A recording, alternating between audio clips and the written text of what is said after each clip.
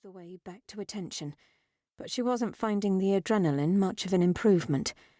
Trembly and numb by turns, she clutched at the wall as she stumbled her way to the first chair she could find.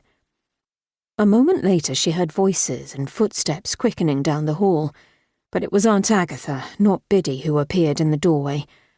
"My dear Louisa, are you all right?" Louisa released a breath.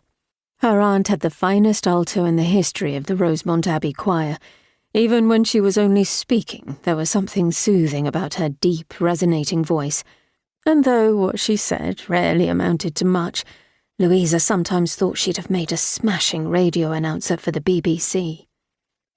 Aunt Agatha was still wearing her gown from the party that evening, a French ensemble that had arrived at the last possible minute.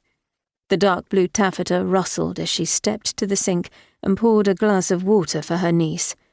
"How many times have I told you to ring for tea?" she said. "Mrs. Hobbs will be furious when she hears you've been in her kitchen again."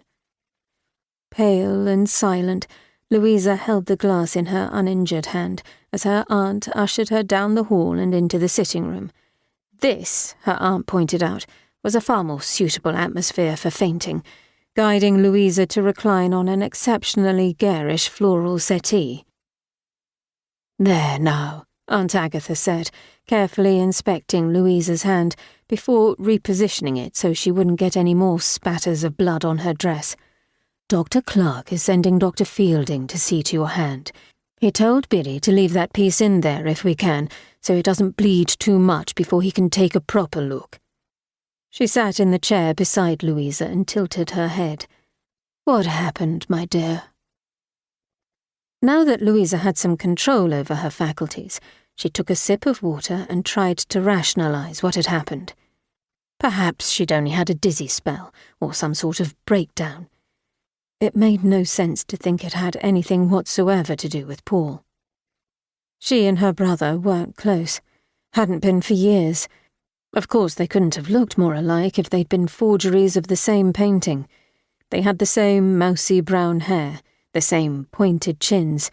As babies, their parents said they could hardly be told apart, except that Paul was always wailing and Louisa always hungry. And yet Louisa had never, not once, felt the strange, ethereal twin bond that so many people had asked her about. And besides that, they'd gotten into the most devastating row that morning. Paul had been cruel, and Louisa had spoken spitefully in turn, and so if something terrible had happened to Paul, why on earth should she be the one to sense it? But sense it she had, in a place as deep and profound as her own soul, and so she knew it was true. Her brother was dead.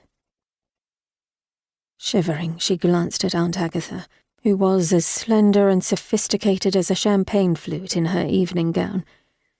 If Louisa told her aunt what she'd felt, what she now believed to be true, she had no doubt her aunt would ring up Uncle Archie, who had stayed behind with George Ashworth to finish a frightfully heated round of cribbage, and Uncle Archie, who was as rational and unbelieving a man as ever she'd met, was likely to send for a doctor of another sort. And so Louisa only muttered something about feeling a bit dizzy, and her aunt told her to wait there and rest while she went out into the hall. Louisa had just glanced at the clock above the mantel. It was 11:30, when Biddy reappeared with fresh water, wrappings, and instructions for seeing to the invalid. Together they dipped Louisa's hand into the bowl.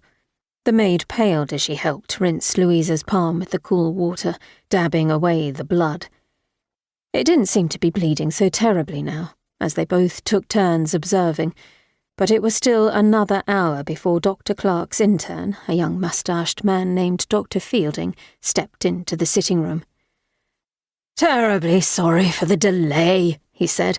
"The bridge is out near Epfield Woods and I got turned around in the dark. I'm still learning my way around, you see." He was followed by Aunt Agatha, who had taken the time to change into a more subdued gingham dress. "We understand completely, Dr. Fielding." "Dr. Clark sends his regrets, of course." He dropped his hat and bag on the nearest end table. "He's been